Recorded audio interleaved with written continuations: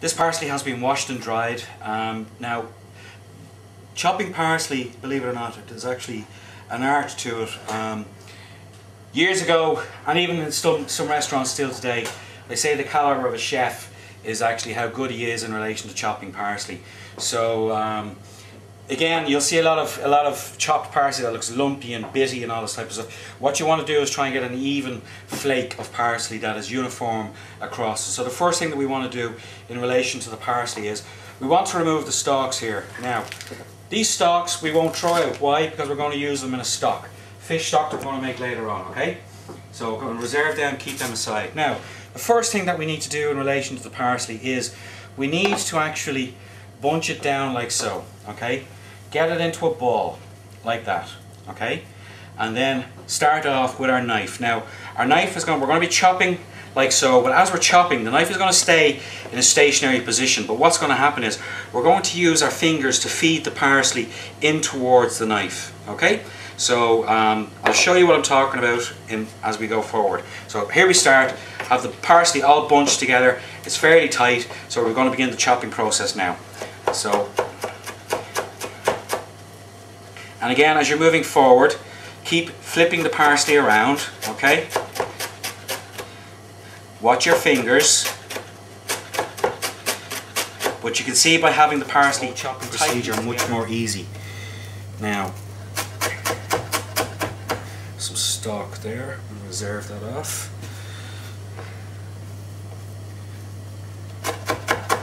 Now, parsley, we're going to do the same thing again. It's a matter of process in relation to the parsley. Just keep folding it back on itself, using the side of the knife to actually bunch it together. Keep chopping and chopping, okay?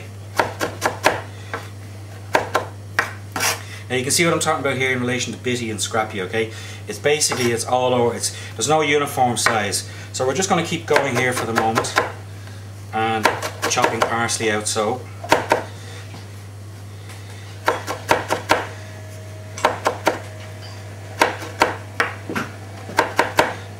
Now we've got to the point, stage, where it's beginning to take some sort of a uniform shape.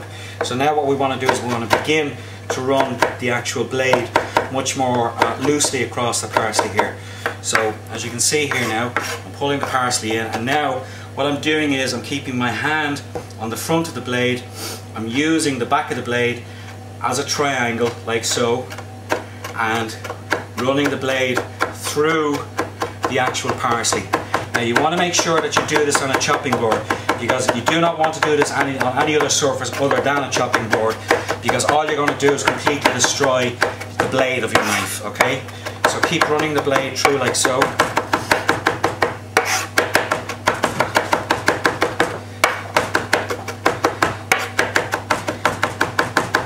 Now you can see that the parsley is becoming much more even in size.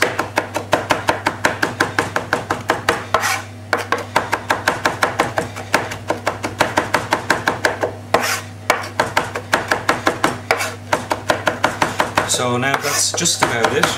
We're just about finished there now. Run the blade through a few more times. Pull the parsley in on the back of itself, and make sure that you get any of the larger pieces that may have escaped in under that blade. And we're then, as I said, just about ready to actually finish off here. And now what you can see is you've got a fine parsley, a fine chop that's uniform, it's even, and now we're ready to use this in our herb crust. Okay guys, thanks.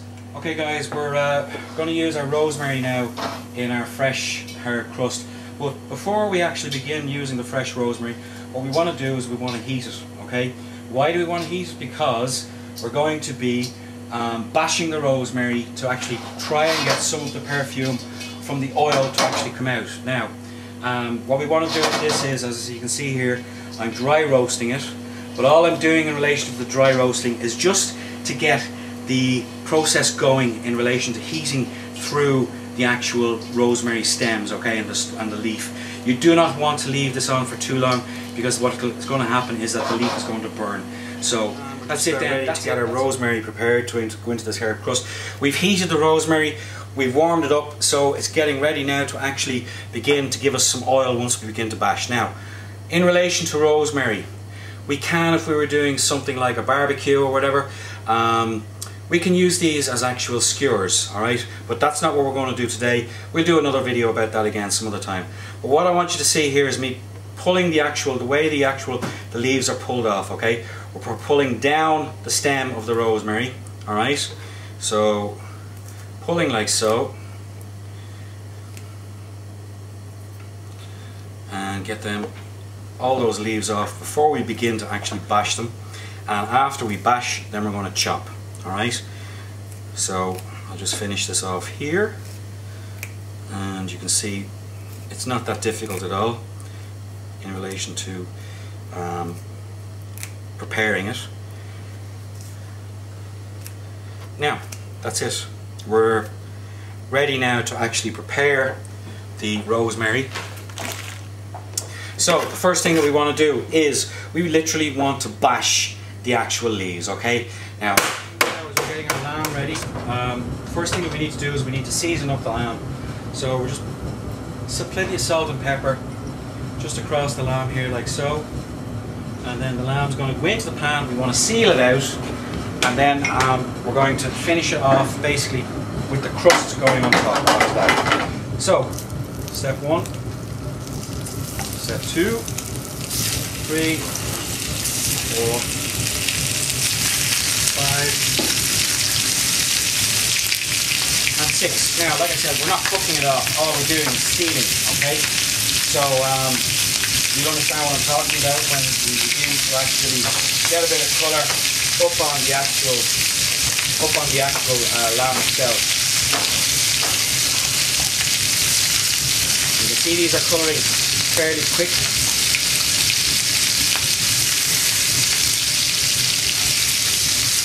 One thing you do not want to do is to let this lamb burn, okay?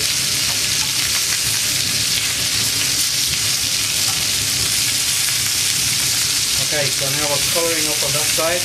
We want to turn the lamb up like so.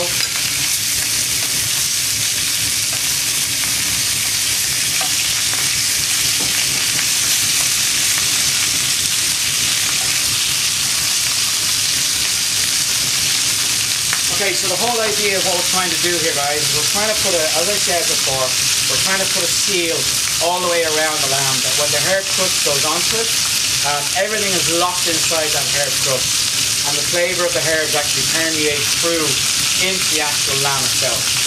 So, okay, again, we're using extreme heat here, guys. We want to get this going fast.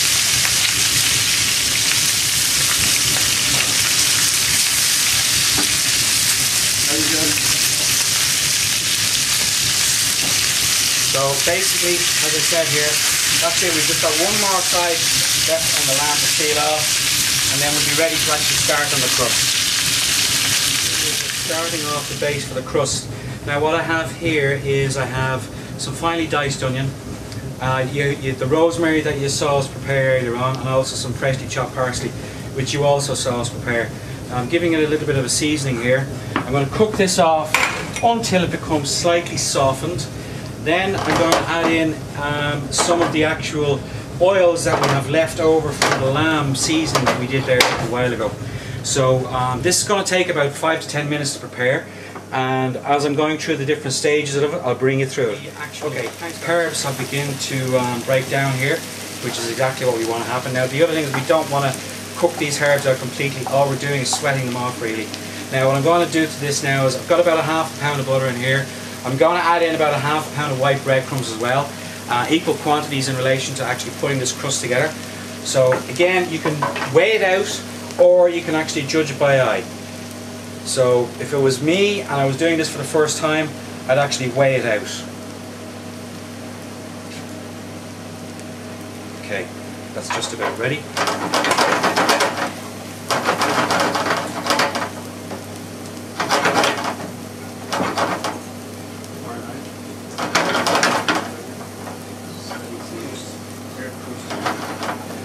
Okay, and I'll take another bit more, please. Okay. Yes, chef. Thank you again. Now, that's it.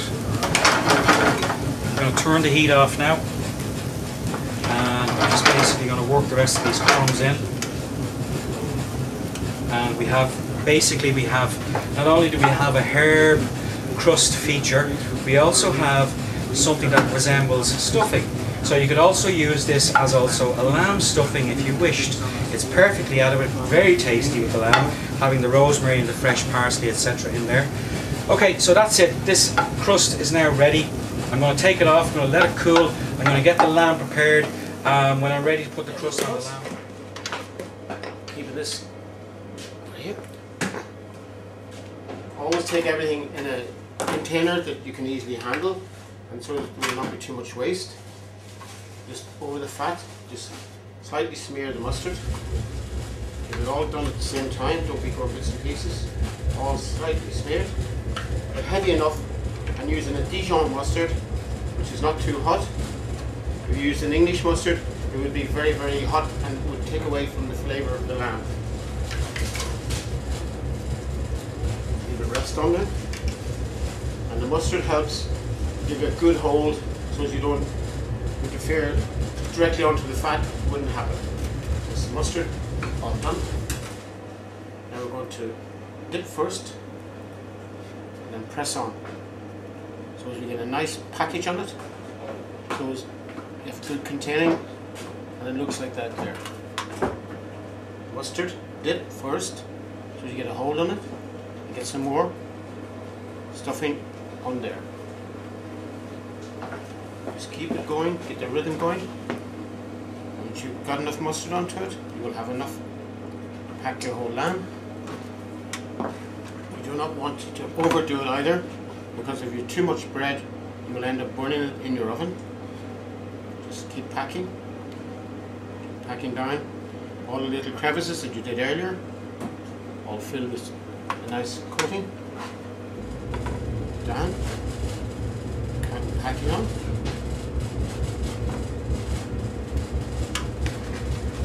Again. Now, all that's done. And then you keep your coating, when you're finished, just keep your coating in the container, cool it down, and then chill it away, put it in the fridge.